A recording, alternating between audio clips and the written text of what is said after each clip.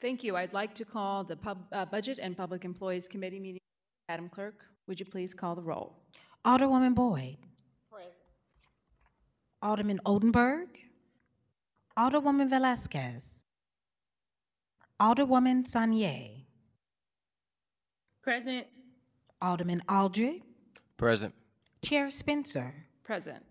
Alderman Odenberg. Alderwoman Velasquez. We have 4 present. We have a quorum. Thank you, Madam Clerk. And just a note, Alderwoman Velasquez asked for an excused absence today, so I'd like to please make note of that.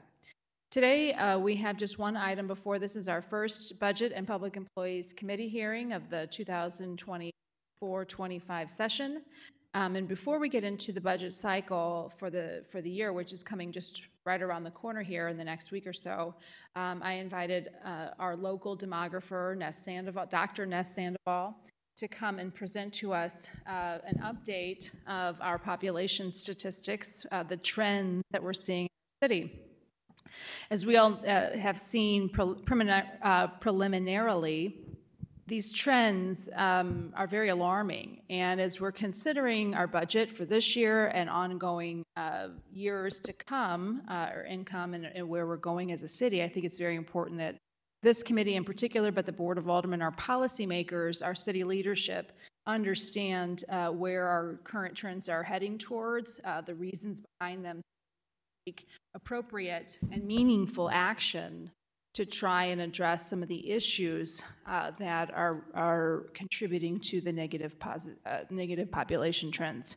Without a public, without population, our city can't be successful. It can't, not sustainable. And so with that, I'd like to invite Dr. Sándoval to come to the podium. I'm sorry, Chair Spencer, before we proceed, did you want to go ahead and take a vote on the minutes? Oh, sure. Thank you, Clerk. Committee meeting, I'm losing my head here. As a matter of business here, we do have before us meeting minutes from our last committee hearing, which was April 10th, 2024, and I will accept a motion on the minutes from April 10th. So move. We move. Second. Okay, I believe that was a motion for approval of the minutes from April 10th. Madam Clerk, would you please call the roll? Alderwoman Boyd. Aye. Alderman Odenberg. Alderwoman Sanier. Aye. Alderman Aldred. Aye. Chair Spencer. Aye. Alderman Odenberg. We have 4 aye votes. Thank you, Madam Clerk. And with that, moving on to the item before us, Dr. Sándoval, thank you so much for being here today, for preparing these new population numbers that you're going to be presenting here today, sharing your time and your expertise with us. If you don't mind to introduce yourself, and I have the clerk. I'm sorry, he in. would need to be sworn. Yep. Could you please raise your right hand? Do you affirm that the testimony you're about to give in this cause is the truth, the whole truth, and nothing but the truth? Thank you. You may proceed. I want to thank the committee for inviting me. Is your microphone on? I think there's a. Push the button. Hey. Hello? There you go. Great, thank you. I want to thank the committee for giving me an opportunity to share some of the new research that we prepared for community leaders throughout the St. Louis metropolitan region. As part of my project, I'm not sure, are you going to present? Are you going to show it? Or? Madam Clerk, the presentation that we're going to be looking at is in the Google Drive under discussion items. Would it be possible to put it on screen? I have it here in front of me, but it's fine. And I believe everybody should have access to it under discussion items in the Google Drive that was sent out this morning by the clerk. There we go. Thank you. So as part of our commitment to empowering communities, this project is framed by many different ideas, and one of them is demography for democracy. And that idea is to give as much data to the public so they can empower themselves and they can start to think about the type of future they want And so our job at St. Louis University and in my lab is to try to curate the data that's out there and to make sense of it for public policymakers.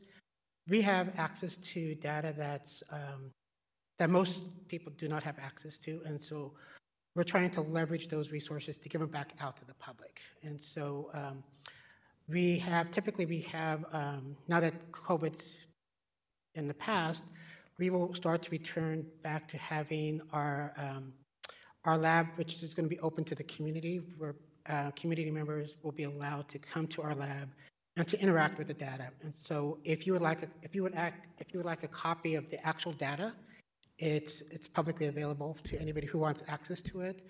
The data is in a format to where you can interact with it pretty easily now. And so, our goal is to simply help policymakers better understand what this data is and also understand the limitations of the data. Next slide.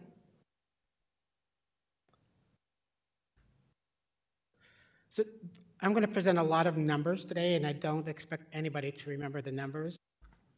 But there are 4 themes that I think we need to think about, not only in the city, but in the St. Louis metropolitan region. And the first theme is, can we grow as a region if we have more people dying than are born? That's the first theme. The second theme is, can we grow as a region if more people are leaving than people moving into the region? The third theme is, can we grow as a region if our Black population is leaving the region? And the fourth theme, if our region doesn't become more racially diverse, can we grow?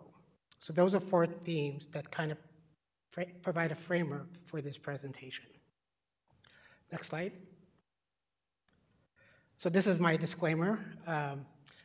The fundamental principle of demography is that demographic transitions, births, deaths, and migration, every 8 seconds there's a birth, every 9 seconds there's a death. Those are happening regardless of our personal beliefs. This is happening across the United States, and about every 20 seconds somebody immigrates into the United States.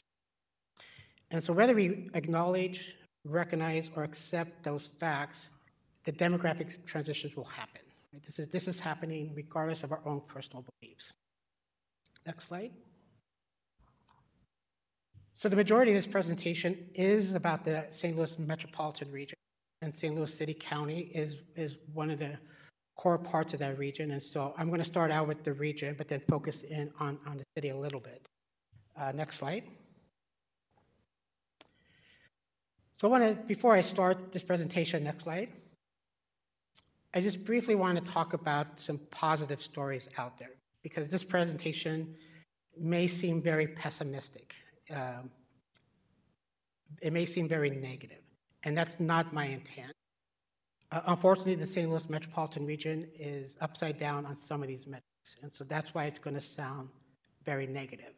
But it's not. There are lots of positive things happening in our region, and so we should be very proud of the success stories that are there, not only in the city. There are great things happening in the city. There are great things happening in St. Louis County, St. Charles County. And so we should be very proud of the efforts that citizens are making to make St. Louis a more welcoming place for new residents in the region. Next slide. However, there are some trends that are simply outside of our control. Next slide.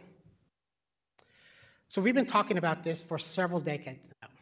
And this is not new to the United States, but these trends have started in other parts of the world. This is a chart from Japan, and Japan's trying to confront the reality that as a country, they are declining now because they have more people dying than are being born. And they've been trying to address this for at least 50 years. They knew this was coming, it's here, and they have not been able to turn around these populations.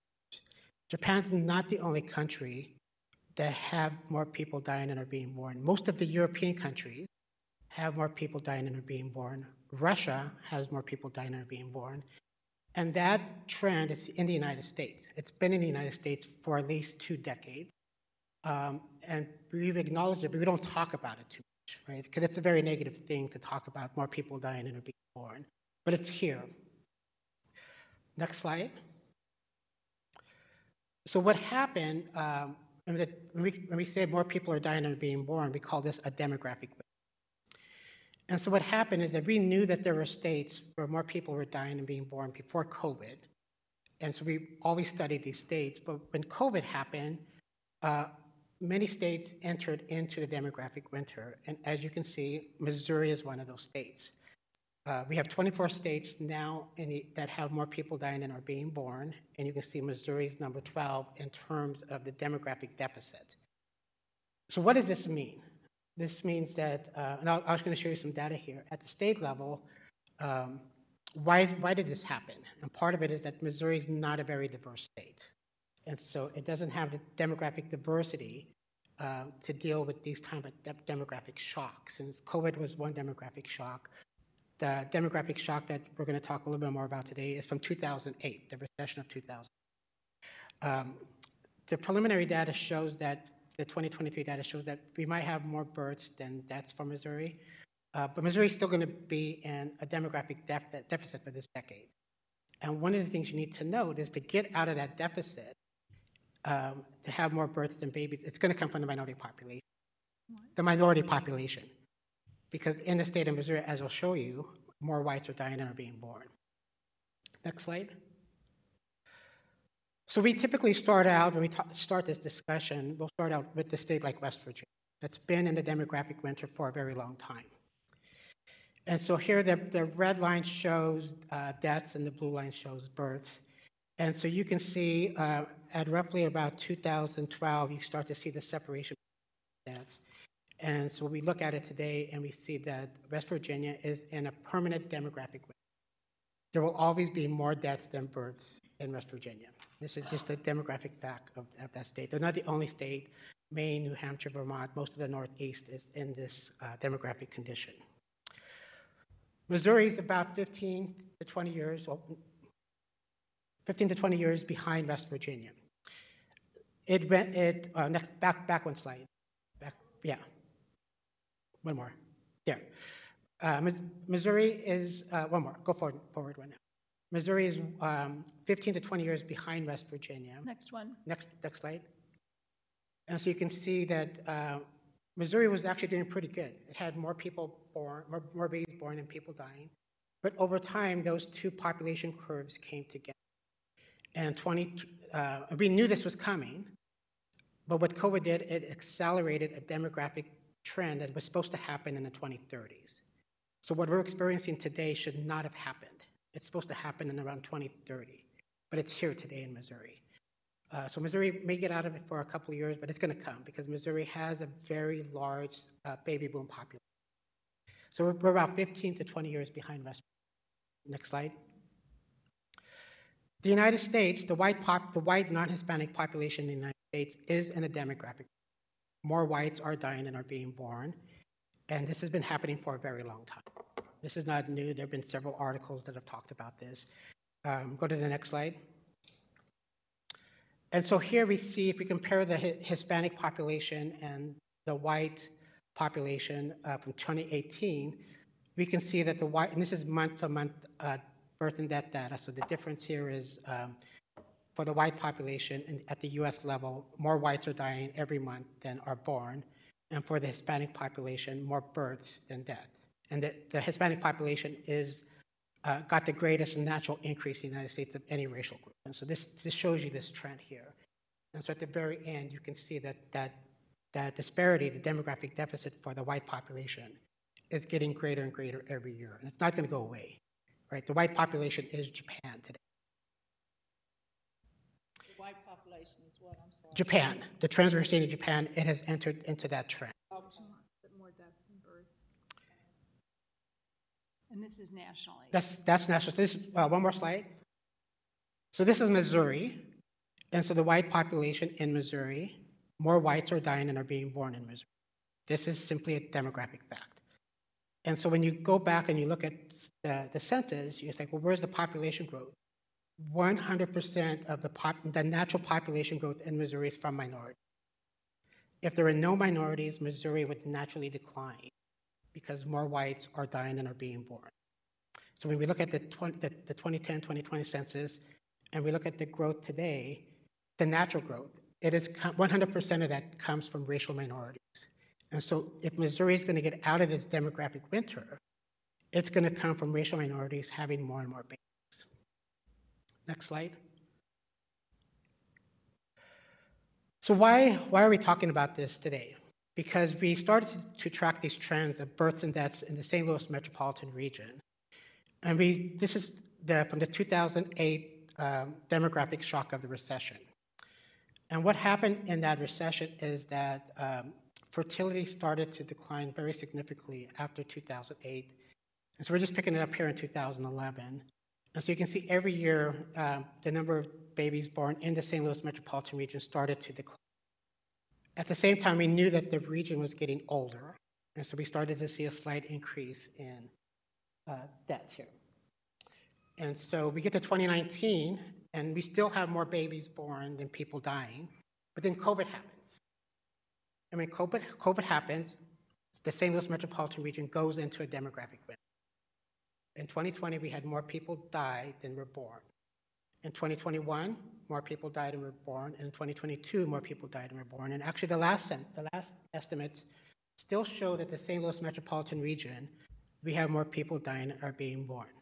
So we're now in a period of natural decline for the region. We cannot grow naturally. Dr. Sandoval, this major increase in deaths is the COVID impact? Yes. So there's an excess of death there in 2020 and 2021. But before COVID, you see that the red line was increasing anyway. Mm-hmm. We just have an older population that was dying. And so now you see the red line coming down a little bit. And it'll come down for 2 or 3 more years. But what's concerning is that blue horizontal bar.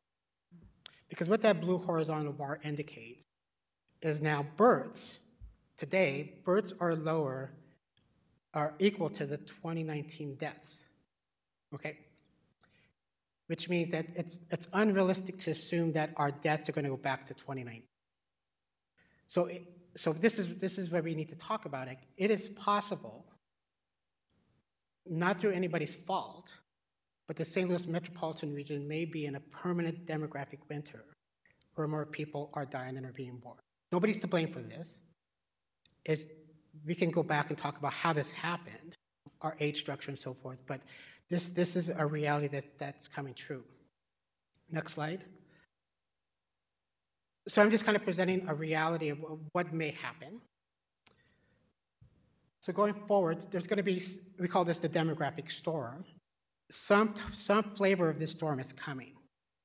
And so I just want to provide a heuristic of what natural decline looks like. So if it turns out to be this flavor of the storm, every year, the St. Louis metropolitan region would decline by 12,000 residents, simply from more people dying than being born. Is that a lot? Well, we can look at Pittsburgh. Pittsburgh on average has about 10,000 residents die, natural decline every year. 10,000 more people die than are born. That gap that's there. So we don't know what this future looks like, because we have to find what that natural trend line is for deaths again. And so we need about 2 or 3 more years of data to see what's going to happen. Why this is going to be a problem or a challenge for the region is that we have a very large baby boom population, one of the largest in the country. We're top 20 in the country. And so this is going to come. Those baby boomers will die. This is a fact. And so we have to understand that's going to impact natural growth. The region may not experience natural growth for a very, very long time, simply from the number of people that are going to die. Then if that blue line keeps going down every year, then there's no way that mathematically the region can keep up, unless a lot of young families move into the region. We'll talk about this at the end. So this is coming. This is coming. It shouldn't be here. So when you say the regions, so you mean the 15 counties. And counties. Yeah, the 15 counties. And I have this. Okay. And we can do this for every city. I have this for every county city. Okay. And so the challenge with the city is that as people are moving in and out of St. Louis City every day. Every day, thousands of people move in and out. And so natural growth is one component. Migration is another component. I can talk more about that in terms of providing those estimates. Next slide. So this is the cumulative effect here. And so starting with 2020, that red line is deaths, the blue line is births. So every year that gap, the demographic deficit, is going to get bigger and bigger for the St. Louis Metro. And so it's still at a point to where if we are able to get enough families moving to our region and having children, we can turn those population curves around. If we do nothing and take a laissez-faire attitude and say, well, the private market will fix this, then we're going to become Pittsburgh. And I'll show you what Pittsburgh looks like in the next slide. So the St. Louis metropolitan region is not alone. Pittsburgh was the first metropolitan region to go into a demographic winter. It's been in a demographic winter for over a decade. So last year, Pittsburgh lost natural decline of 8,000 residents. Over the past 3 years, Pittsburgh has lost 30,000 residents from more people dying than are being born. It's about 10,000 per year, 10,000 decline per year. So imagine over a 10-year period, a region can decline by 100,000 residents simply from more people dying than are being born. That's Pittsburgh's future, right? Because nobody's moving to Pittsburgh. Tampa's different because thousands of people are moving to Tampa to replace those people who are dying. But Cleveland and St. Louis joined Pittsburgh in 2020 in becoming one of these major metropolitan regions that's in a demographic winter, along with Buffalo, Providence, Birmingham, Louisville, and Detroit. But if you look at the bottom 4 metropolitan regions, you'll see that they are fundamentally different now than St. Louis. Detroit, Louisville, and Birmingham in this past year actually showed more births than deaths, although cumulatively for this decade they have more deaths than births. And Providence shows more babies born and people dying, but their population is now growing. So where we need to be concerned, I'm concerned as a demographer, is that once you get into this category of more people dying than being born, it's very difficult to get out. Ask Pittsburgh. Pittsburgh's been trying to get out for over a decade, and every year it's getting worse and worse in Pittsburgh. And so Cleveland and of these big metropolitan regions, we're the region that's not experiencing as much deficit. But imagine if we become Pittsburgh and we lose 8,000 people a year simply from more people dying and being born. Our metropolitan region will go from 2.8 million to 7.2, simply from deaths. So, I'm trying to think through this question. So the deaths, you're saying that it that it increased during the COVID period For 2 years. for 2 years. And so do you know the nationalities or the origins of who had the higher deaths? We do. I'm going to present a little bit only for the city of St. Louis. We have all that information, and I'm more than happy to send it to you. Okay. Because you have to look at this over a decade to show what that the demographic shock is in 2020. Okay. Yeah, we do, and we actually the death data was just released last Friday, the 2022 death data officially, and so we can now do cause of death, and in that one of those causes is COVID-related illnesses. So we do have that information. And then they do it per race. By race and by age. Okay. We have race, age. It's actually pretty detailed information. Race, age, ethnicity, immigration status. Oh, not death is not immigration status, but it's pretty very detailed information. Okay. And I can send you a screenshot. Okay. Of all of the available characteristics that you can get to understand who's dying in your community. And so the way we're decreasing in the births and increasing of the deaths. Yeah. So it impacts us in a snowball effect? Is that what I'm hearing? Yeah, because both curves are going in two directions. Okay, And so if they start to grow exponentially both ways, then the natural decline is going to be much larger. And Okay. so we can't do much about death, right? All of us have to die at some point. We can postpone death, but we can try to change the fertility curve, right? We can try to make, have families, support families. I'll talk about that later on in the presentation. okay. Next slide. So I use this quote from West Virginia. With an ever-increasing percentage of its population consisting of persons 65 of age and older, the state can expect ever-increasing number of deaths over births each year, large expenditures for healthcare, and a decline in workforce. That's what West Virginia is dealing with today. They have a challenge. The University of West Virginia is in trouble because there's not enough children going to the university today. And West Virginia depended on children coming from Virginia to their university, and those children no longer exist. They were not born. And so one of the challenges we have to remember is that when you become dependent on migration, because you can no longer grow naturally, you're dependent. Your institutions become dependent on other people moving from your country, from other cities to your city. It's never a good idea to become dependent on migration. We should try to grow our own population. The St. Louis metropolitan region is ranked 11th out of the 50th largest metropolitan region in terms of its age structure, which means it's a very old metropolitan region. Kansas City's younger, it's ranked 31st. Next slide. So I have another slide here that just kind of talks about, it looks at each county. And so essentially what you want to look at, this is the aging index. We want to look at counties that have a score less than 1, which means that you have more senior citizens than youth in your county. And so you can see almost all of the counties are on the Illinois side, except one, which is St. Louis County. So we're doing pretty good on the Missouri side. We have more youth than senior citizens, but not many. The highest is in Lincoln County at 1.5. And so we start to compare ourselves to other regions like San Antonio, Dallas. They just have much higher scores than the St. Louis region at these counties. Next slide. So the second macro trend is simply population growth. Next slide.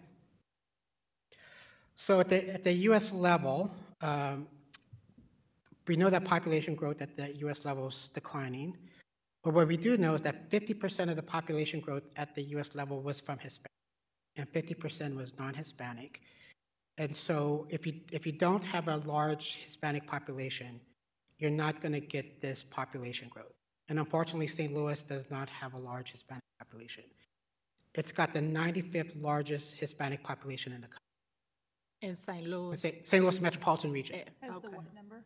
95th, which means that there are 94 metropolitan regions that have a larger Hispanic population than the St. Louis metropolitan region. So that means we're fairly low. Yeah, we're the 20, with this data, we're the 21st largest metropolitan, 2.8 million. But you have cities, almost every major city in the United States has a larger population, Latino population than St. Louis, and it's typically twice as large. So the challenge is that if you go to the next slide,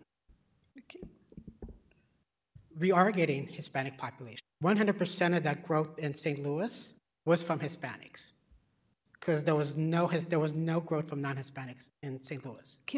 Dr. Sandoval, can we go back to the previous slide just Sure. real quickly, just to kind of take a look at this? Yeah.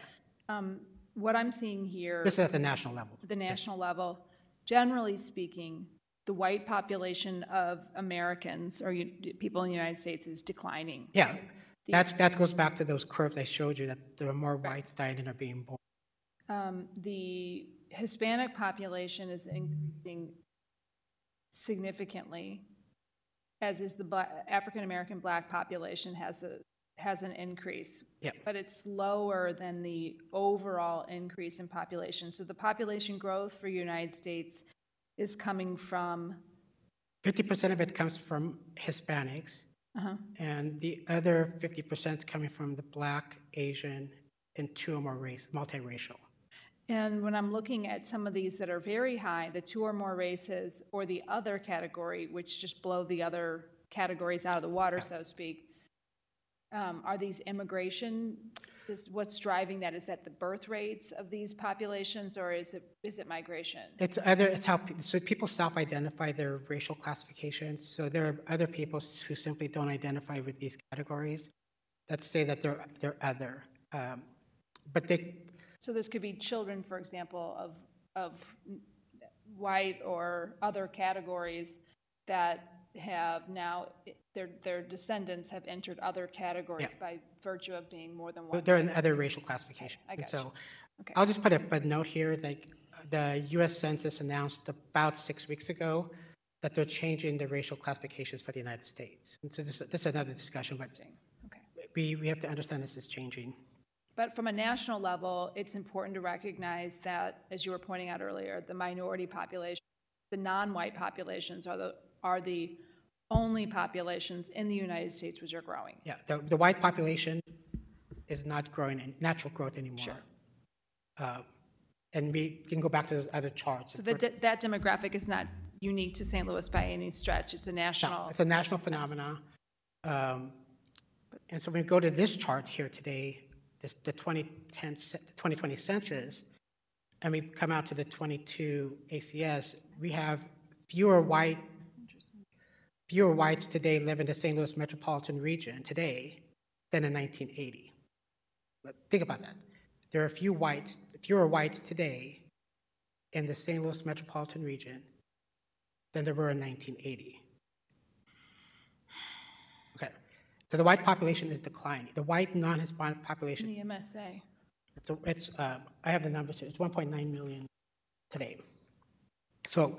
What was it in 1980? 1980. Let me pull up the number. So today, in 1980, the exact number for the white. 2,335,000. And today it's and what? Today it's 1.9 million, 1.988. I can give it to you. So it was over 2 million in 1980. It's less than 2 million today. Okay. And I don't think people understand it's impacting St. Louis Public Schools enrollment because they don't have the population to support the system. Yep. So for St. Louis, 100 for the region, 100% of the growth came from Hispanics, 100%, because the non-Hispanic population declined, and that decline was the white population. 105,000 resident decline from whites, and we see that the black population declined by 10,000. And then there were some increases from the Asian and 2 or more races. And so this is the demographic challenge for the region. Okay, well, next slide. So what happened? Why did this happen? Among the top 50 metropolitan regions, the St. Louis metropolitan region is one of the least diverse regions in the country among the top 50. We're at the bottom. There's only Louisville, Buffalo, Grand Rapids, Cincinnati, and Pittsburgh. They're the only other regions in the top 50 that have less diversity in St. Louis. And we don't really have a very big minority population, only at 29%. And so this is another factor that's going to impact the region, because all of this growth that's happening today, very little of it is coming to our region simply from our demographics. Can you describe the difference between the diversity score and the percent minority? Sure. So the racial diversity score is, the technical name is the entropy score. And we look at, we can look at multiple different groups. For this score, it's looking at 5 racial groups: white, black, American Indian, white, black, Asian, Hispanic, and other. And the idea here is if each group is 20%, represents 20% of your population, you have a score of 1. So you have perfect integration, perfect diversity, because each group has a score of 20%. If you have a score of 0, it means that your population is made up of one group. So the range goes from 1 to 0. Most of the big cities have scores, like Chicago, they're in their 80s, Okay. 90s. So we're not that diverse. I'm not looking at any particular population, I'm just looking at all the groups equally. Next slide. So I just want to give you a slide of how fast these other metropolitan regions are growing. So Dallas, every day in Dallas, 290 people move to Dallas 297 people move to Dallas every day. In Houston, 209 people move to Houston every day. And so if we look at the cities the regions that just passed St. Louis, Orlando, 114 people were moving to Orlando every day. And in Charlotte, that's 108 people were moving to Orlando every day. So the cities that are probably going to pass us here in the next few years, San Antonio, 106 people move to San Antonio every day. Every day, 106 people move to San Antonio. And then if we look at Austin, 131 people are moving to Austin every day. So these cities are experiencing tremendous demographic growth, but then if you look at these cities, they have hyper diversity. They are extremely racially diverse cities. And so they're getting all of this growth, and people are moving to these cities because they have a different type of opportunity structure of the American dream. Next slide. Next slide. So I want to go back and just what happened. I moved to St. Louis in 2008. And St. Louis is a historic city. It's one of the most important cities in urban studies because of a lot of legal cases that came from St. Louis that eventually makes it to the Supreme Court. So everybody studies St. Louis, the history of St. Louis, because of its importance in U.S. history. It's one of the four, I argue, it's one of the four most important cities to understand racial inequality in the United States. Having said that, we were a very large metropolitan region in we had 1.2% of the U.S. population lived in our region, and the United States grew by 105 million residents over this time period from 70 to 2020. So if you believe in economic theory, then we should have received our fair share of population growth. Okay, next slide. So what happened? Why isn't St. Louis over 4 million residents today? Because that's what it should be. Simply based on the size of our metropolitan region in 1970, it should be about 4.2 million. We should be the same size of Detroit. We should be 4.2 million residents. If we simply got our fair share of the population growth from 1970. So what happened? Did we get 0.6%? Did we get that? No, we didn't even get 600,000. We got about 295,000 growth. Resident growth over this 5 decades. That's nothing when you consider how big the metropolitan region was in 1970. So I have another slide that actually demonstrates this. Dr. Sandoval, what is the 0.6%? What does that represent? So go back one more slide. Well, one more slide, yeah. One more, go back. One more. There you go. So between 1970 and 2020, the United States grew by 105 million residents. So that, what I'm saying, if we got 0.6% of that growth. That's an average of 1.2%. If we got 1.2% of that 105 million residents, we would have got over a million, 1.3 million growth. If we would have got 0.6%, half of what we were, we would still have over 600,000 residents. We got about 1.3% of the growth, which is not what we should have received based on the size of our economy and the size of our region in 1970. Next slide. Next slide. So what we do is we compare ourselves to all these metropolitan regions going back to 1970. And we see that Austin experienced 673% population growth, Charlotte 550%, Orlando 525%. So these cities in 1970 were very small. Austin was 295,000 residents in 1970. So Austin was essentially the same size of St. Louis, city of St. Louis, in 1970, and it's going to be larger than the St. Louis metropolitan region in about 5 years. Charlotte was 409,000 residents in 1970. It is larger than St. Louis today. Oh my God. Orlando was 420,000 residents in 1970. It surpassed St. Louis this past year. I put some cities on here that I think have the potential to surpass St. Louis. You're like, why is Oklahoma City on there? Oklahoma City was 640,000 residents in 1970. Look at the growth, 122% growth. But Oklahoma City's got the geographical location of being just north of Dallas. And so when people move, they tend to move very close. So as people leave Texas, they're going to eventually go to Oklahoma City. Oklahoma City will have the potential to be larger than the St. Louis metropolitan region today. And they have, I think if you read the papers in Oklahoma City, they've recognized that they're going to embrace this growth because they realize that this is their future, that they understand that their growth is going to come from the minority population. So you see St. Louis is 19%, and Cleveland and Pittsburgh is basically 0.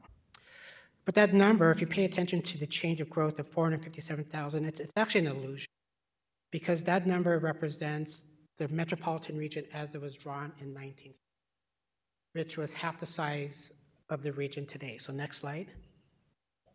So if we compare apples to apples and we go back in time and saying the 15 counties that make up the region today, what was that size in 1970? It was already 2.5. So the growth that we're saying we got was already here.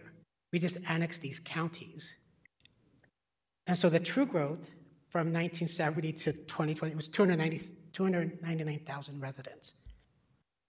Right? So we're overstating our growth by not normalizing our 15 counties back in time to the 15 counties in 1970. I can tell you, so we're in the process right now of constructing the birth and death tables back to 1970. Because this doesn't make sense to me that the region only grew by 299,000 people. When you start to calculate the number of babies that were born compared to the number of births over 5 decades. It's not logical to believe that that's all the region grew, which indicates that out-migration has been happening for a very, very long time in the St. Louis metropolitan region. We're just barely starting to see it today because we have more people dying than are being born. And therefore, that natural growth is not masking this out-migration. Next slide. So we don't know. The 2020 numbers show that we may have peaked, and so the region is in a decline. Next slide. And so can these regions, Orlando and Charlotte surpassed St. Louis, and so in 2018 we made a presentation that St. Louis was going to be surpassed by Charlotte and Orlando. I can tell you right now, San Antonio is already bigger than St. Louis. There are more babies born in San Antonio today than in St. Louis, even though it's smaller. And then this morning, as I was coming to this talk, I decided to print out the new housing data. And this is going to give you a sense of the housing developments in these cities. So as of last December, for the entire year of 2023, the St. Louis metropolitan region is ranked 43rd in the country in terms of housing permits. 43rd in the country. Kansas City has more housing permits than St. Louis in this past year. If we look at Austin, Austin is number 5 in the country in housing permits in the country. So Austin has built, last year built 39,000 new housing units in 1 year. St. Louis, according to this data, built about 7,000. The two regions are fundamentally different. So why am I here saying that Austin can surpass St. Louis? Because they're building a lot of housing. San Antonio is building more housing than St. Louis. So I looked at the recent data of the past 3 months, for this year, St. Louis is ranked 56th in the country. The region is ranked 56th in the country in terms of new housing permits issued in the region. Austin is ranked 6th in the country for 2024 in terms of housing starts. And so there's no way the region can compete to Austin when we're not building housing at the rate that Austin's building it, or San Antonio, we can start to talk about Illinois and Indianapolis and Nashville. They're building far more housing than St. Louis is. Dr. Sandoval, one of the things that's counterintuitive here, we have so much vacancy in the city. While the region is stagnating, not growing, the city is hollowing out. The part of the region that we represent, it's almost like, it's hard to look at city policymakers and talk about building new houses when the city should be 500,000 residents. Say it again. The city should be about 500,000 residents. But we have, but talking about building housing when we have so much vacancy and we're looking, our priority has been to stabilize neighborhoods through at least eliminating those vacant buildings. It's a tough. I'm trying to sort of pull in what you're saying into what we're dealing with on a regular basis, yes. which has to do with extreme population loss. Well, we can talk about why the population is leaving Within the city. Yeah, I have some slides at the end. Okay, next slide. This shows negative migration. So again, this is the reality of the St. Louis metropolitan region. More people are leaving than are moving in. Next slide. So with this data, the St. Louis, at least we can demonstrate with this data. The first chart here are international migrants coming into the region. The second column is domestic migration. That's people leaving the region. And the third column is net migration. So at least with this data, the St. Louis metropolitan region has never experienced positive net migration. And I would argue when we go back in time and reconstruct this database, most of this growth is natural population we've seen over the past 5 decades. And we've seen very little.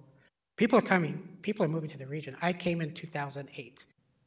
But how many people left the region that were born here where I replaced them? Was it 3? Was it 2? It was just, right. So when you have more people leaving that were born here and more people that are coming in and less people coming in, your region's going to naturally not capture that growth. So this is the concern I have for the region. Like if you cannot grow naturally, if you have more people dying than are being born, and you have net negative migration, that's the only 2 ways you can grow as a region. If both of these are negative, then you have to plan for a region that will not grow. Unless the region gets, and it's not just the city, it's the region. The region needs to get serious about these demographic challenges. Next slide. This is international migration. So there's a lot of discussion about we'll get more immigrants coming to St. Louis. The reality is St. Louis is not a destination for immigrants. We're at the bottom in the top 50 metropolitan regions in terms of immigrants coming to St. Louis. It's an important part, but bringing more immigrants, there's not enough immigrants in the United States to come to St. Louis to solve these challenges, because every city is trying to get immigrants to move to their city. And so this is historic. These numbers, as I shared these 1980 numbers, somebody should have gave this presentation in 1980 to talk about what was going to happen by 2020 if nothing changed, those 50-year periods. Next slide. Wait, before we move on from this, why are we at the bottom 5 in terms of international migration? What is driving that? This is not new. This has been going back to 1970. The St. Louis metropolitan region was never a destination for immigration.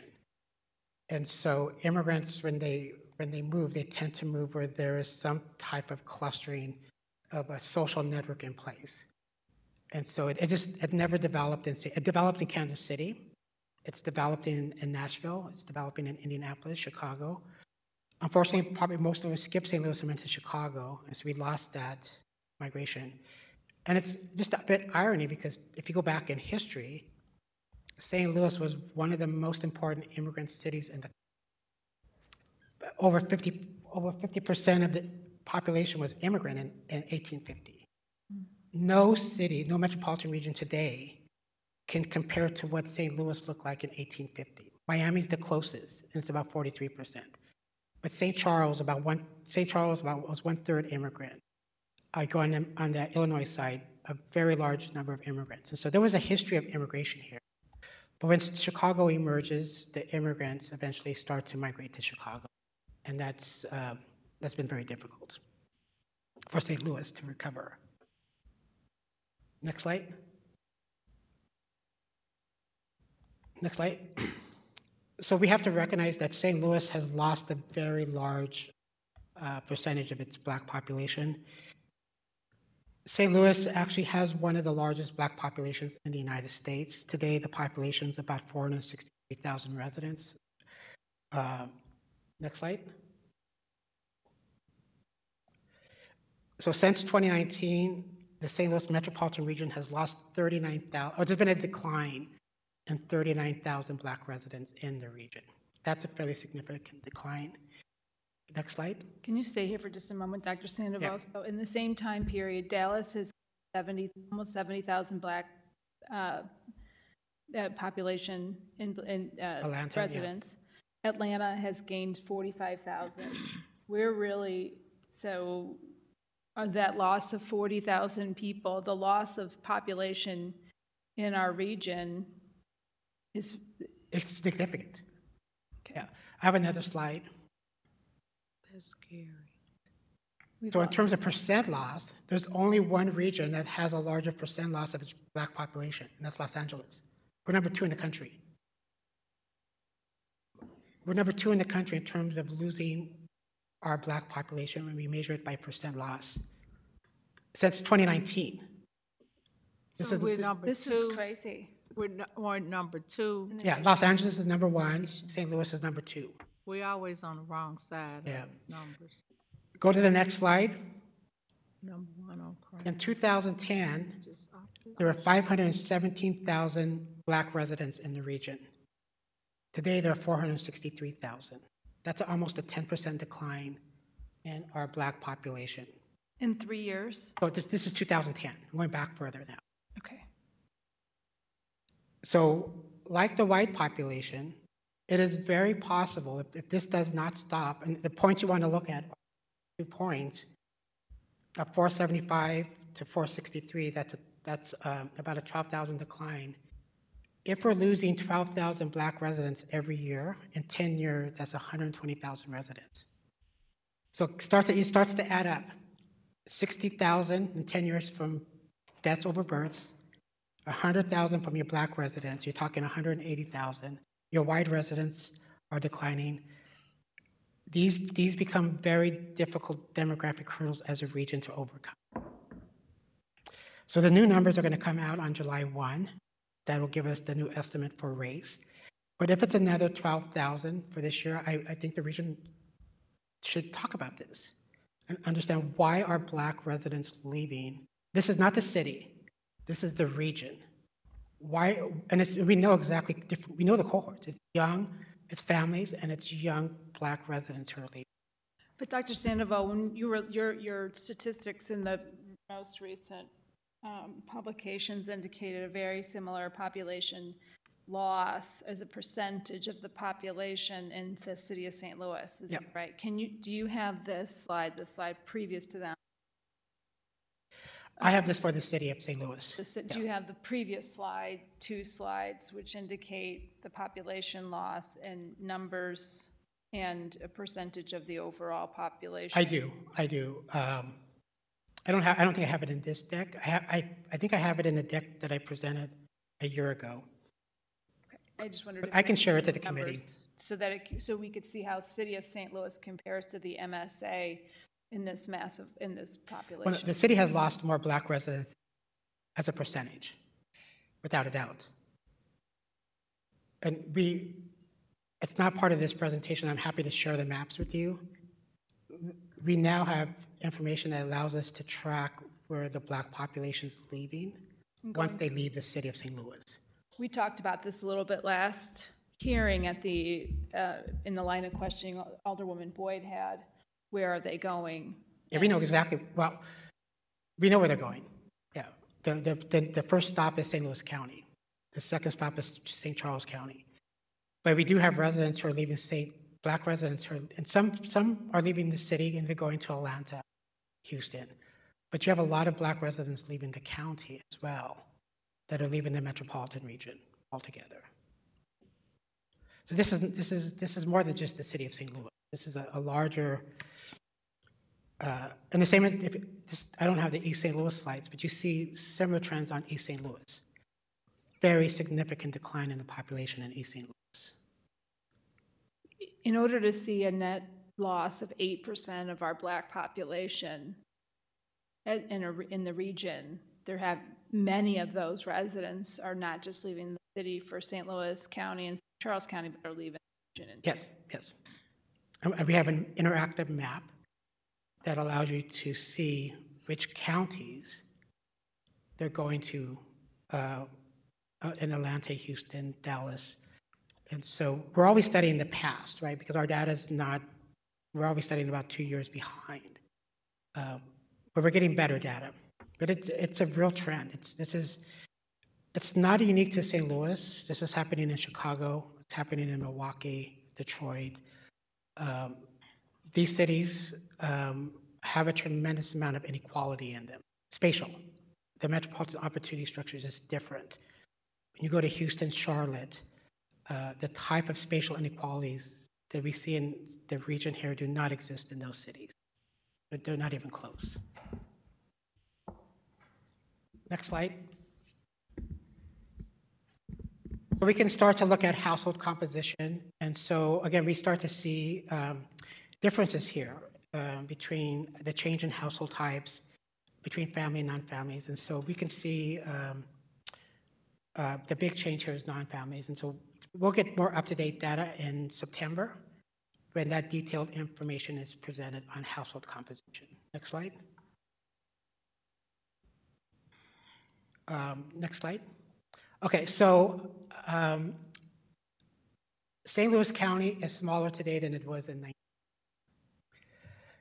It's a hard thing to try to talk about because St. Louis County is the largest county in Missouri, but it is declining at a pretty significant rate. It's right now 287,000. If it loses about another 15 to 18,000, St. Louis County will be smaller than it was in 1980. And so the population in St. Louis County, which is the largest county, is in decline there as well. And I won't present it today, but again, it's got a very large senior population. There are a lot of households that have no children in St. Louis County. And so it's a challenge there. There's a lot of what I didn't hear you. Seniors. There were children there in the 70s and 80s. The children have grown up and have left the region, and now you have empty nesters in St. Louis County. So I live in Chesterfield. In my subdivision, there's about 60 homes, and about 12 of them have children. Everybody else is senior citizens. They're empty nesters or they're senior citizens. Okay. And so that's just the reality of a lot of those West County suburbs, that a lot of those homes do not have children in them. And it's true for St. Charles County now, Jefferson County, a lot of the homes, and just like St. Louis City, don't have children under 18 anymore. Next slide. So we'll be able to update this slide soon, but you can see the racial change in St. Louis County. You can see a large decline of the white population of 213,000 for the white population in St. Louis County. An increase in the Black population of 93,000, and then increases for Asian, other, and Hispanics in St. Louis County there.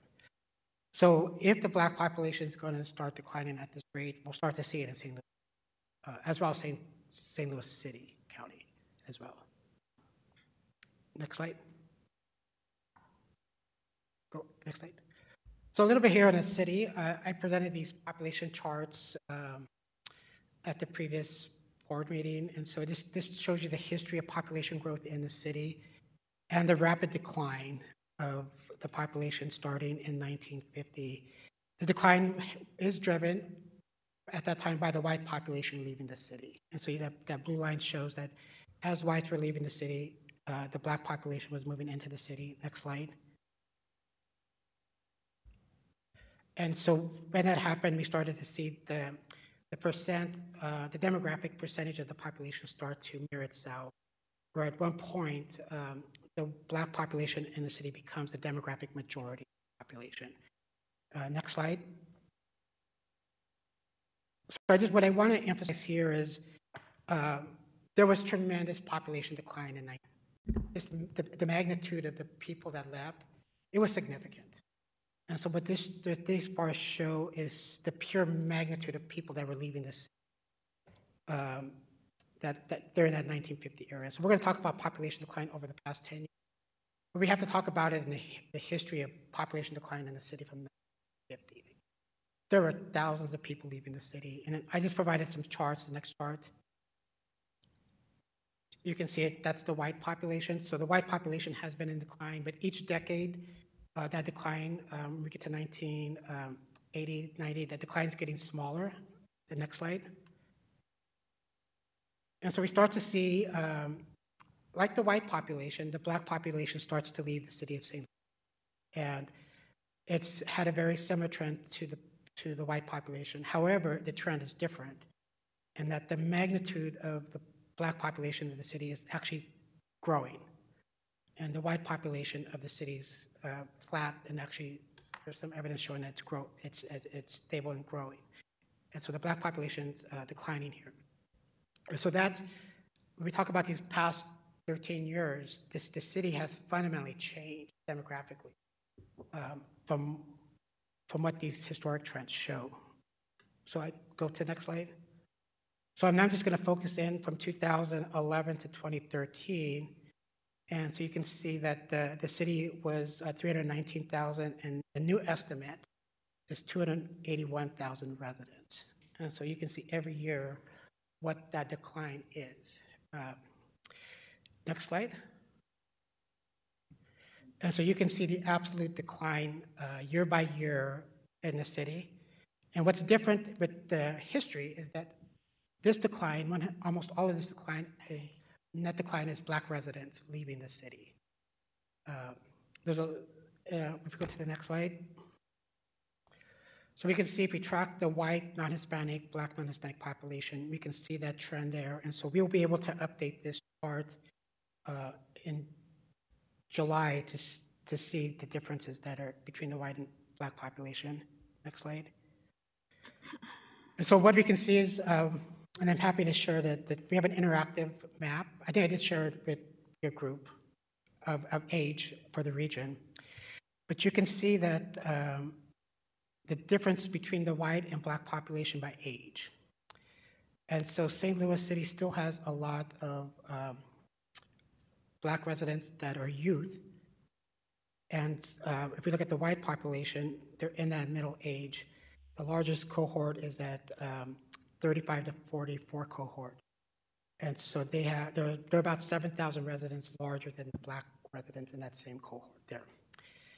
So I talk about this a little bit because you have to understand that St. Louis still has a lot of families in the city.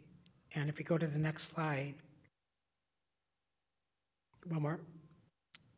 This is the paradox of the city, and I think it goes back to your question, Alderman Spencer, is we have more households today than we did in 2010. We have fewer people. So that's the demographic paradox. How has this happened? How do we have more houses today than in 2010 but fewer people? Because it's the composition of the households that are changing. And so we now know that about 50% of the households are white households. And the new numbers are going to show that that's probably going to be about 51%. Next slide.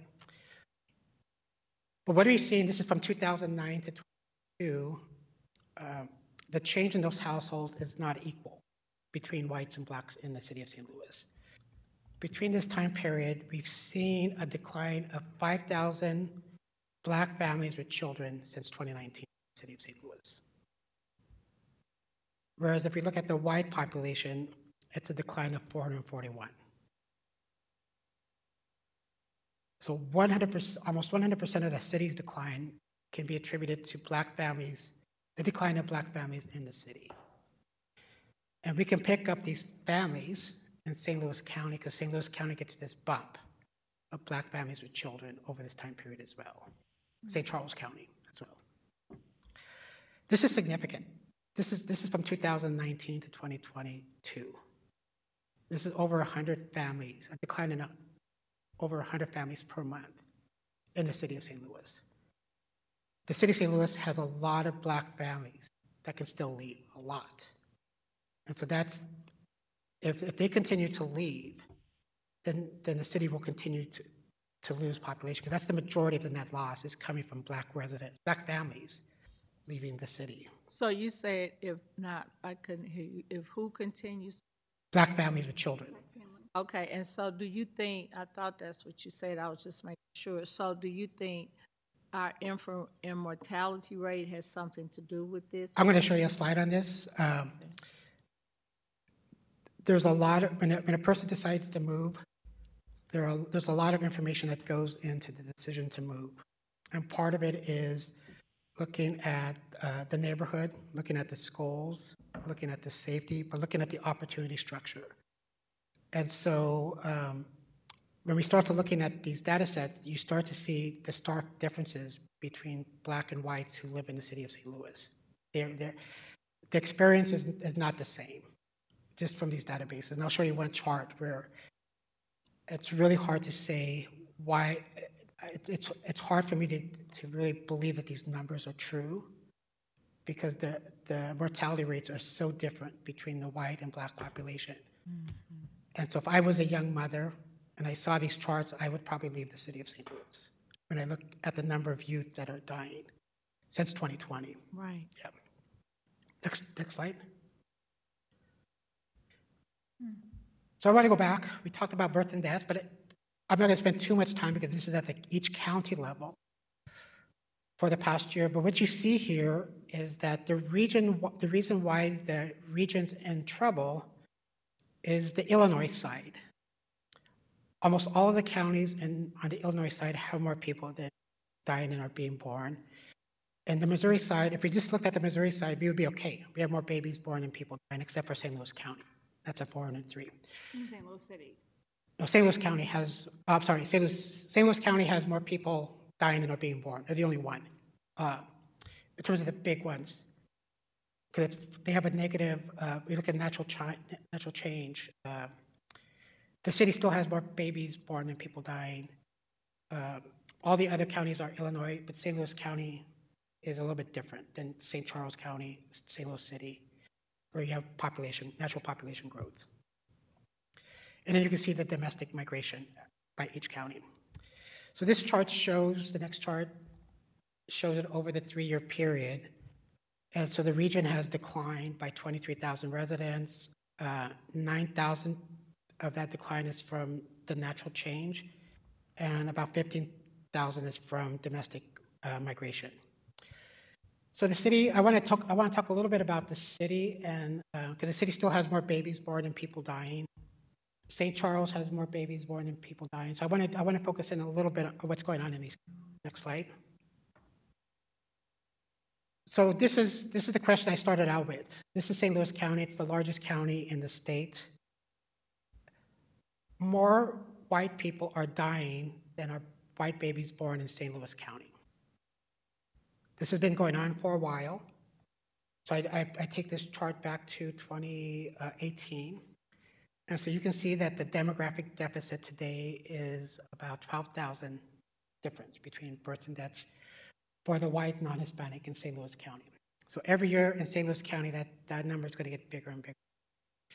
So my question is, can St. Louis County grow if you have that type of demographic deficit among its largest demographic group in the county? It's a question you have to think about. If you have that many white people dying, can the county actually grow? If that's the reality of what's happening. Similar to St. Louis, this is Jefferson County. Next slide, it's Jefferson County. So Jefferson County has kind of been viewed as this county where families move out, they have children, and you can see that they had more natural growth than people dying. Next slide. However, since 2020, more whites are dying in Jefferson than babies being born. Right? So Jefferson County is becoming St. Louis County. More whites are dying than babies being born. Next slide. What about St. Charles County? St. Charles is leading the region in births, right? Natural change. And it was. You can see what the natural growth was in St. Charles County, but that growth is going away over time. And if we look at the new data that just was released, next slide. More whites are dying in St. Charles County than white babies born now. So in Jefferson County, St. Louis County, St. Charles County, 100% of the natural growth is coming from racial minorities.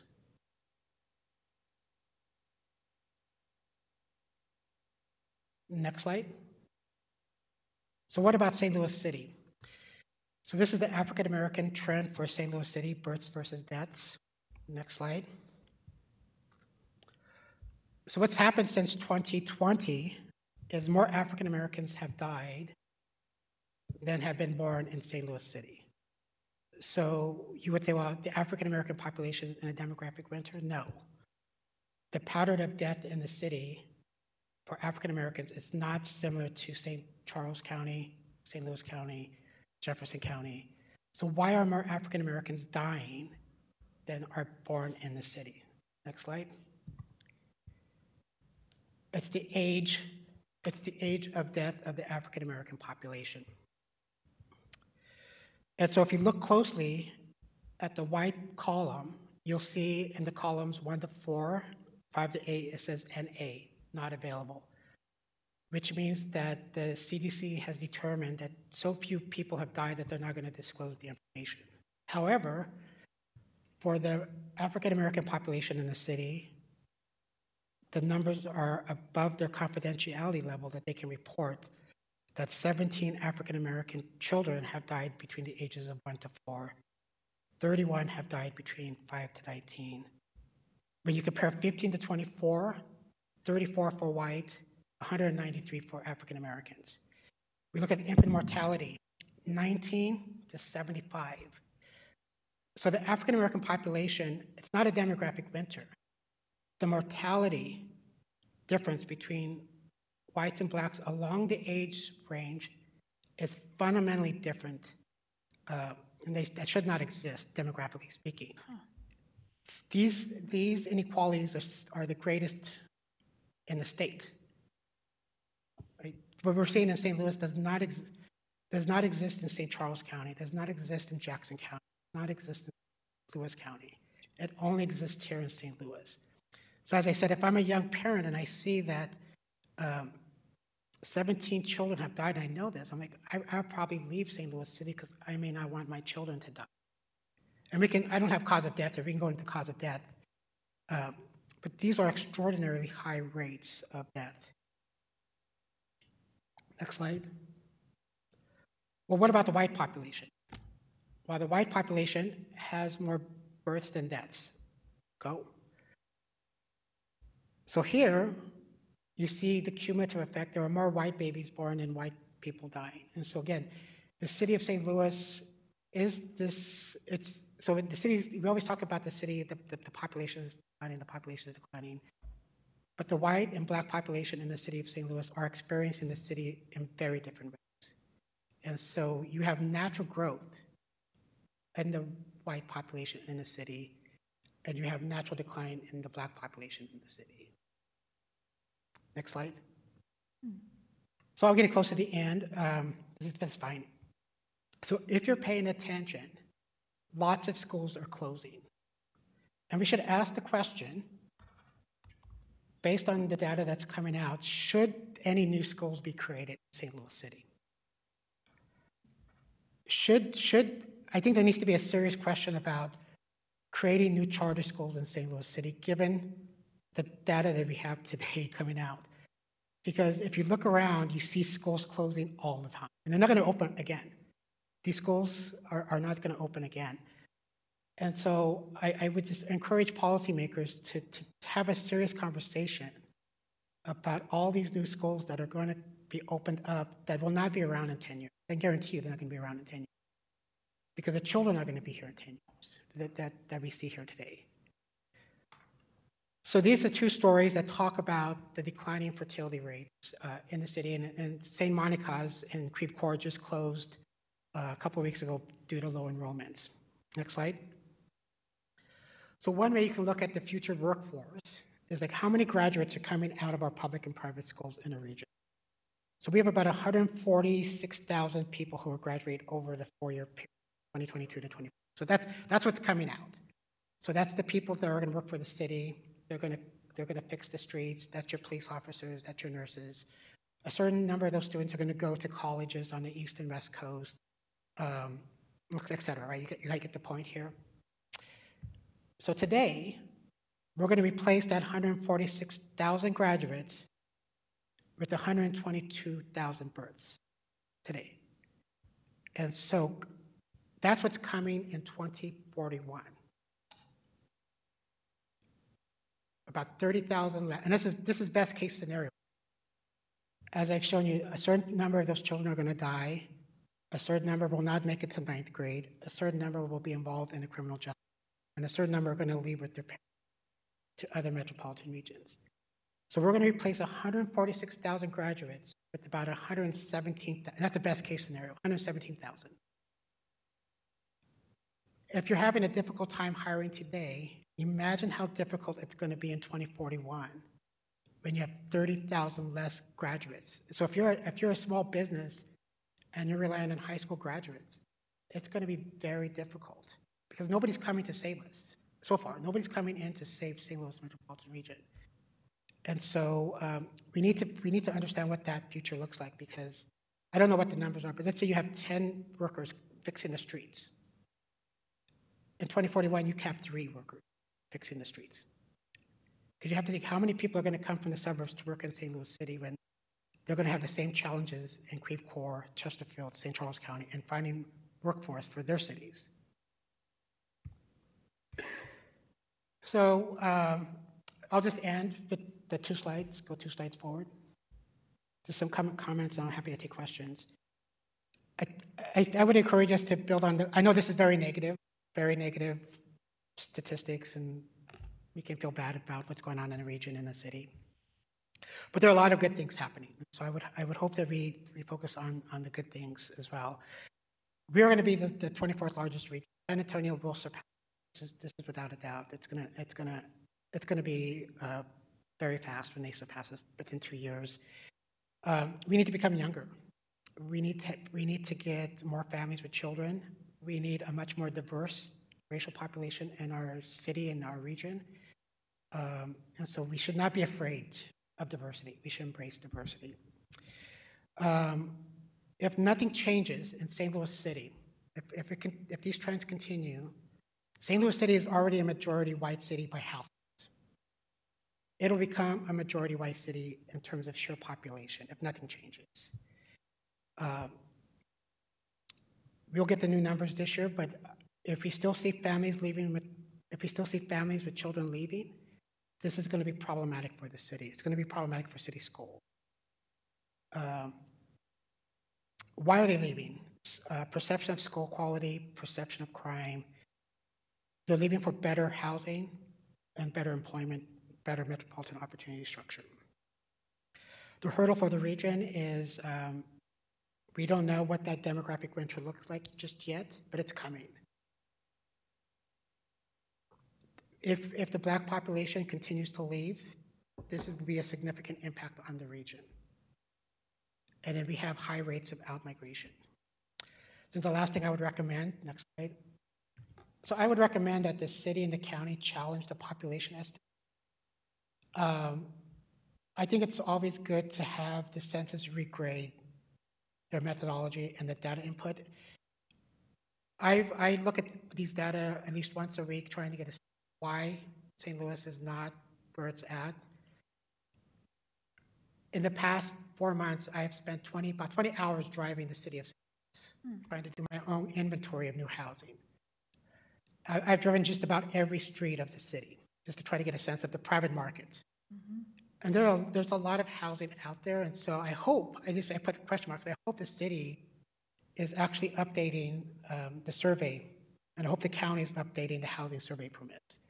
And the only way we know this is that I cannot do it because I'm not a government, but a government body has to submit an official request to challenge the population estimates.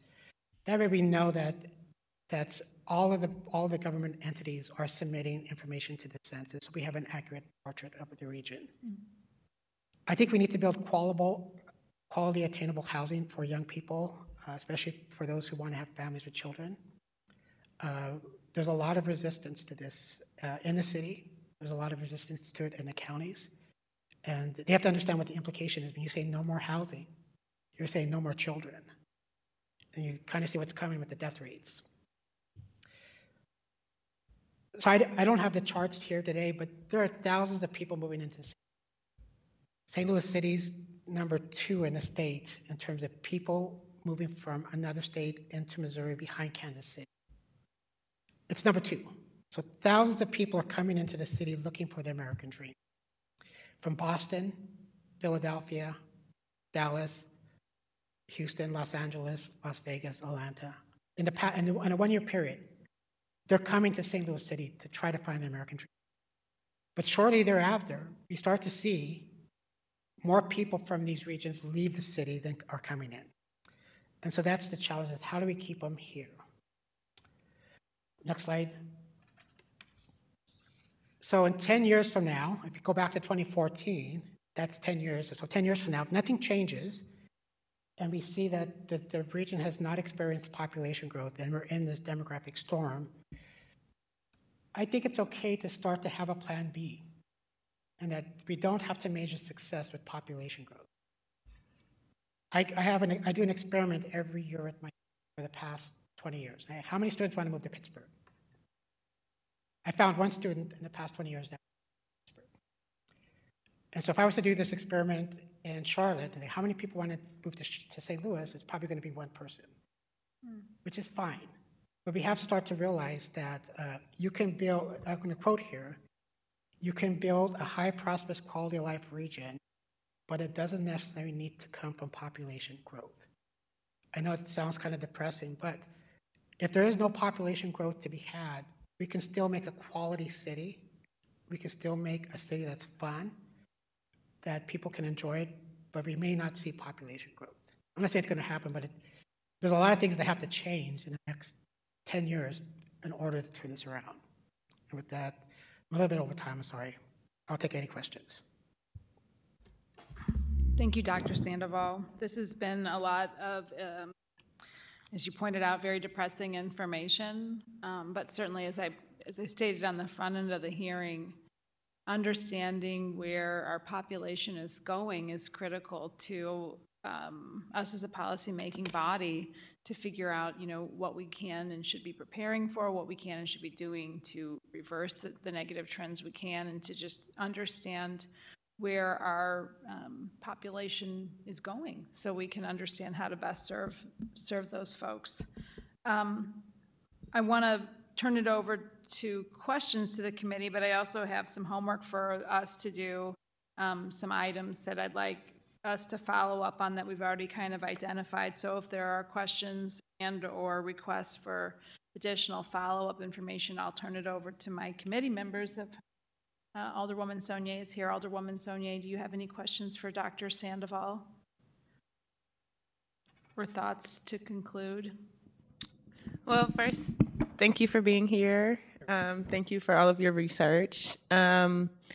I think for me it's so interesting because I really didn't need the data to show me that. I am glad now that I will have data, but I think probably just growing up as a Black woman in the city, having a lot of Black peers who are at the family starting age and are considering where to go, seeing the things that influence their choices, serving on the Board of Education and seeing, the crisis that many of our families are in. Like much of what you were saying, it was kind of giving me language for things that I've observed, but would be things that I see all around. I have conversations with my friends every day who are, young professionals who have college degrees about where they're going to go, why are they going to go here, where they're going to go there. So I don't think that I have any questions. If anything, I just feel like a lot of light bulbs went off when you were talking of like, oh, this makes sense why I've seen this, why I've seen that. Like my freshman year of high school, I remember I had 9 peers that were murdered. And that wasn't uncommon. I don't think that's uncommon for most Black people, in our city because of the way things go. I could see the difference between the places I might go educationally and my peers and their experiences and how that ties into where they are in the region. So I don't really have like any questions. And I also don't know that it is sad to me, even though it is not the best information. I think the only way that we can address our problems is if we're willing to tell the truth. And so I'm really glad that someone like you who, is esteemed and has credentials and is respected, when you say that, hey, if you want to grow, you might need to focus on stabilizing the Black folks amongst you. It hits a little different than like the 28-year-old freshman Alder said, Black woman freshman Alder saying this. So I'm just really grateful to see what I feel like a lot of myself and other people of color and even other leaders in our city. I think if you see this data and you've been serving, you can see these things happening. And I would just hope that, as a policy-making board or as any leader in our city, in our state, in our region, that we can be willing to tell some hard truths and have some hard conversations. And what I'm especially glad that you didn't walk away from in your presentation was the race component, because I think the reality is we've grown, our city and many cities across the country have grown at the expense of Black people, but what we find is that's kind of cannibalistic. That if you keep eating at big parts as your population, you're eventually eating at yourself. And I think we're now at a point where it's not just impacting one group. We're all feeling the after effects of what happens when you don't choose investment, when you kind of do things in a way that may gentrify or displace people, when you don't focus on the quality of your education system for all people, and you build these little siloed systems. I think that this just helped me make sense of a lot of the things that I've seen, and will be something that I look forward to referencing when we're having conversations with bills or I'm proposing a bill, and as we talk about these conversations. And I'm going to share it with so many people, some other leaders who I know that I think talk about this, but maybe don't have the language and the data points to point to and explain, well, here's why I would suggest a universal basic income program. Or here's why I would suggest like not criminalizing poverty, like how do we attach that to the quality of life, stabilize folks? Here's why I would say like maybe we don't grow at the expense of people and we have things that balance things. So I just really want to thank you for your work, and I think I just have a lot of my brain just kind of like connecting dots and processing. And thank Chairwoman Spencer for bringing you to our committee and for having these conversations. Might even want to talk about bringing you to a committee of the whole meeting, but we'll hold that.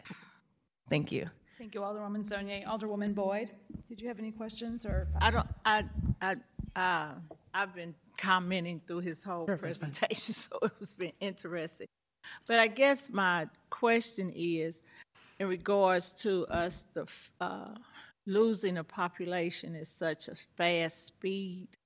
And so I'm looking at, and I know housing plays a role in it, but it's other factors that's going to play a role. And so we'll have to look at a holistic approach. That's what I'm getting out of this, to address this population loss.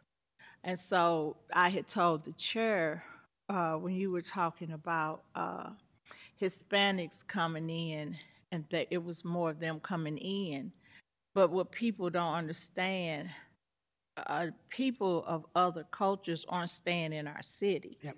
And so they're leaving within 2 years. And so we're not winning this. We're like bleeding population because people are not wanting to stay. And I think that should be the $1 million question. Why? And I'm happy to share them. I think I shared the map with you. Thousands of people are moving into St. Louis City. You look at the numbers, you're like, it's impressive that people are. There's a lot of discussion, should the region rebrand itself? I'm not sure. What? Should the region rebrand? Does it need a new brand? There was an op-ed. I think St. Louis, people are still coming to St. Louis to try to find the American dream. When I came to St. Louis, I was pretty excited that I was coming to an important city. My first year, I lived in the city of St. Louis. I lived on Park Avenue. I came in the 2008 recession. The reason why we didn't stay in a city, there was no housing. There was like literally no housing for families. Most of the housing was for people without children. Right. And I came during the recession. And so I'm thinking, would I come to this, what type of housing is there for families? Right. And there's housing being built in the city. It's not attainable.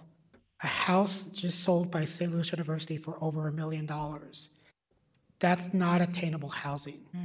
When you look at the housing that's being built in the hills and south part of the city of 700,000, that's not attainable housing for families. So there's lots of rehabs and new housing. And there's a lot of construction happening for young people without children. But I keep asking, where's the housing for the young Black family children? Not the condo, but the house with the yard, the dream. Because they're moving to O'Fallon, where that dream is a reality. Right. They're moving to St. Charles, where that dream is becoming a reality. Now they're starting to move to Maryland Heights. And you see it in the school district. Parkway North is majority minority school district now. My son goes to Parkway Central. It's 42% minority now. Parkway West is about 34% minority. Parkway South, about 32% minority. This could be St. Louis City, right? This should be St. Louis City. We have to figure out why it is. I think St. Louis City I think it's a great city to live in if you're single. But I think there's issues around the opportunity. And I talked about what's the plan? What's the plan that's in place to make St. Louis grow? It seems like we're very incremental. What's the vision, the bigger vision of how do we get to 400,000 residents?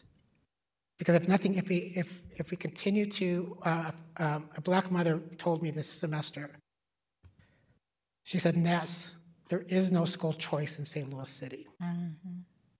I'm choosing between a bad charter school and a bad public school.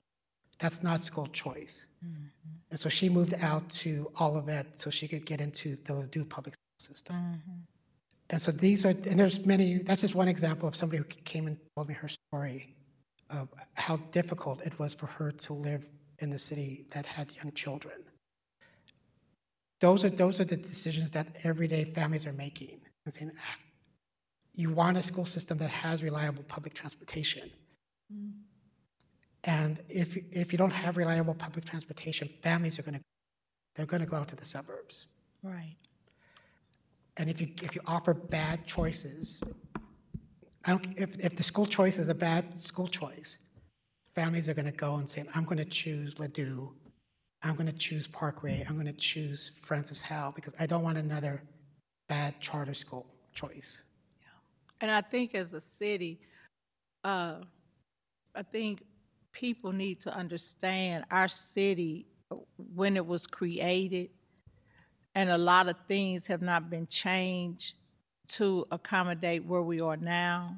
And so I keep saying this over and over again. As a city, we're not functioning as we functioned in the 1900s. So our city needs to get more in tune to technology, and we need to look at how we are as a city in departments to make sure that we're in sync with the growth and the changes of St. Louis City. And I just think we haven't gotten to that point. And that's what I think is hindering us. And you're correct, housing does play a role. The school system plays a role.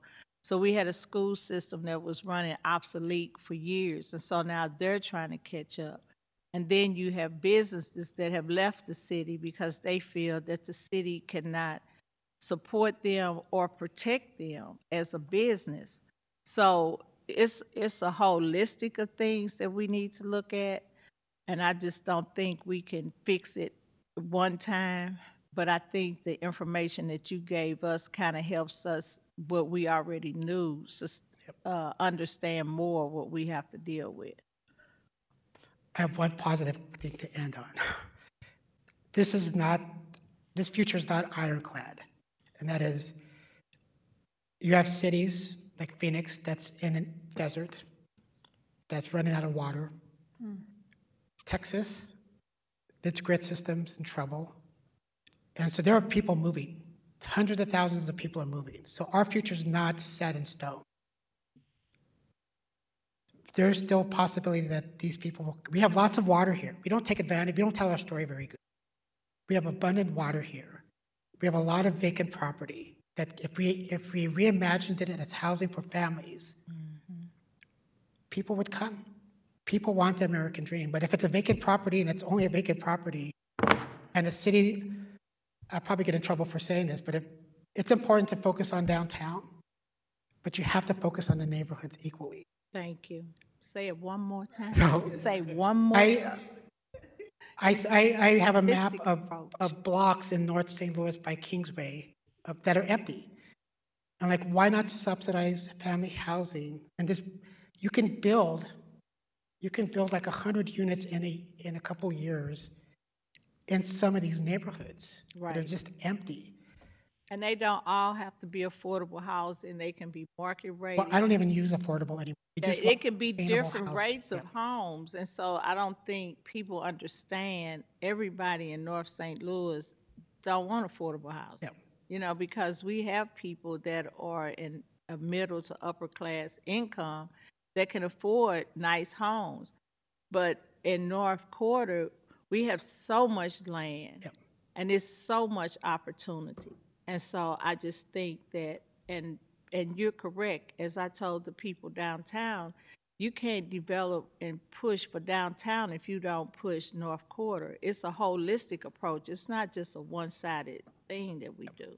So that's just my opinion. I see these blocks. There's like no house Yeah, blocks. yeah, That's easy development. yeah, Very easy to put up homes today. yes. Thank you, Dr. Thank you so much.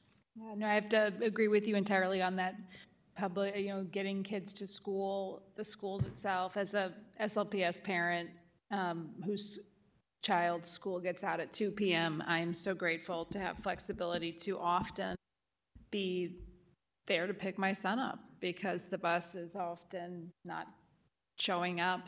The drop-off place is at a block, 4 blocks from my home that is not safe. It is a known location for shootings and other things. I have complained about this numerous times on deaf ears. It's very problematic. And so you're absolutely right. I mean, we need the housing for families. It needs to look more like the traditional American dream. I'm concerned about all the vacancy that could turn into, very attainable. Maybe attainable is a better word than affordable, because these are people that work, they have jobs, they're contributing, but they need a house that they can afford. What I'm taking away here from your presentation is that on a national level, we're seeing population decline in the white population. The growth is seen in communities of color. Black, brown, Asian, other communities, groups. Those are the groups that we're seeing biggest declines in St. Louis City. And so if St. Louis City is going to be a community that can grow, we have to support those communities and turn those massive population loss trends around. And focusing, as Alderwoman Saunier pointed out, the first step in addressing issues is having the data and understanding and looking at what's going on here. So this is really important information for us as a policy-making body to have. Following up, I'd like to point out at least 4 things I'm aware of that we need to maybe communicate back with you on. One would be Alderwoman Boyd asked for the demographics of the COVID death. And you indicated we had that. I'd like to see the total number and percentage of Black loss for the city. We had those for the MSA. Over the last 3 years, we saw 7.8% loss in our Black population in a larger statistical area. You indicated that loss is more pronounced in the city as a percentage of total population loss for the city. If you had those graphs just for the city, I think it would be very helpful. We also talked a little bit about this time and our last hearing, where are those Black residents to? You said first stop was St. Charles County, and then we've also got folks clearly leaving the MSA. That's why we're seeing that 7-point loss in our Black population. So seeing where they're going and understanding some of why that is. Last time we also talked, in addition to the need for attainable housing, attainable high quality, livable, enjoyable housing. We also talked about economic growth. Or economic opportunities and diversity in our population. So understanding those trends would be very helpful. And then lastly, there was a slide that looked at the population trends for St. Louis by decade, going back to 1920. If you had that as a percentage of the whole, it's really hard to look at that massive population loss in the 50s and 60s because the numbers were so high. But seeing that as a percentage of the whole as it compares to today, I think would be very, very, very helpful. Obviously, very grateful for you spending such an enormous amount of time here with us, preparing these slides specifically for the city policymakers. I also like to commend your work last year and some earlier this year on advocating for transparency in our crime statistics, pointing out some of the lack of transparency in the city's crime data.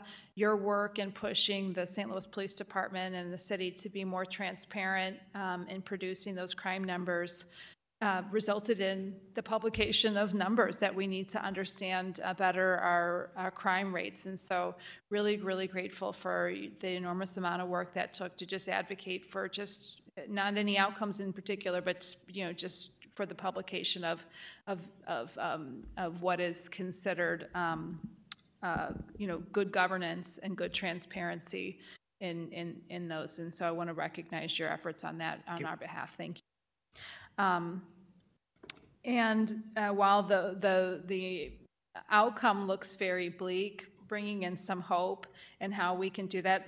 Why this is so important, of course, we need our residents, but our residents pay our salaries, they pay for our roads, and every loss of population, every person who leaves is a taxpayer who is no longer contributing to the same number of roads we have every year and the same number of things that we have to do to support our city. So every one of those 20,000 people that have left the city of St. Louis since the 2020 census, every one of those 20,000 people represents revenue lost to the city and a reduction in our ability to deliver services to the citizens that are left, which means there's a higher burden because we still have the same mileage of roads, the same number of trees, and an increase in vacant buildings. So every person that leaves our city means that those of us who are left have a higher tax burden, a higher responsibility. And so if we don't stem this, it's going to get more and more difficult to live in the city, more expensive, and we're going to have a less funded product at the end of it. And while our budget numbers continue to eke up just a tad bit, it does not keep up with inflation, and it does not keep up with the cost of providing services. So without population growth, or at least stabilization, it is going to get more and more difficult for those of us in these policy-making positions to decide what we cannot provide our citizens. So this is of paramount importance, in particular to the Budget Committee. As you pointed out, our difficulty in hiring folks, how difficult it is to hire folks is going to get more difficult as that younger population continues to decrease. So these are issues that I really appreciate bringing it back to some of the focus of this particular committee and the work we're doing here. So thank you, Dr. Sandoval. We'll follow up with you. We appreciate your commitment to educating us as we move forward and try to tackle these issues. Any closing remarks or closing thoughts? If not, I'd like to entertain. We have no other items of business. We did already excuse Alderwoman Velasquez at her request for absence today. And we're going to get ready for some Will we be, I'm sorry, tenuous activities of looking through the city's budget in the coming weeks. But will other we than- be excusing Oldenburg? I didn't receive a request for that excuse, so I suppose we'll just move forward. And with that, we have no announcements. I will entertain a motion to adjourn. Second. So moved, seconded by Alderwoman Boyd. Thank you so much, Dr. Sandoval. This concludes the Budget and Public Employees Committee hearing.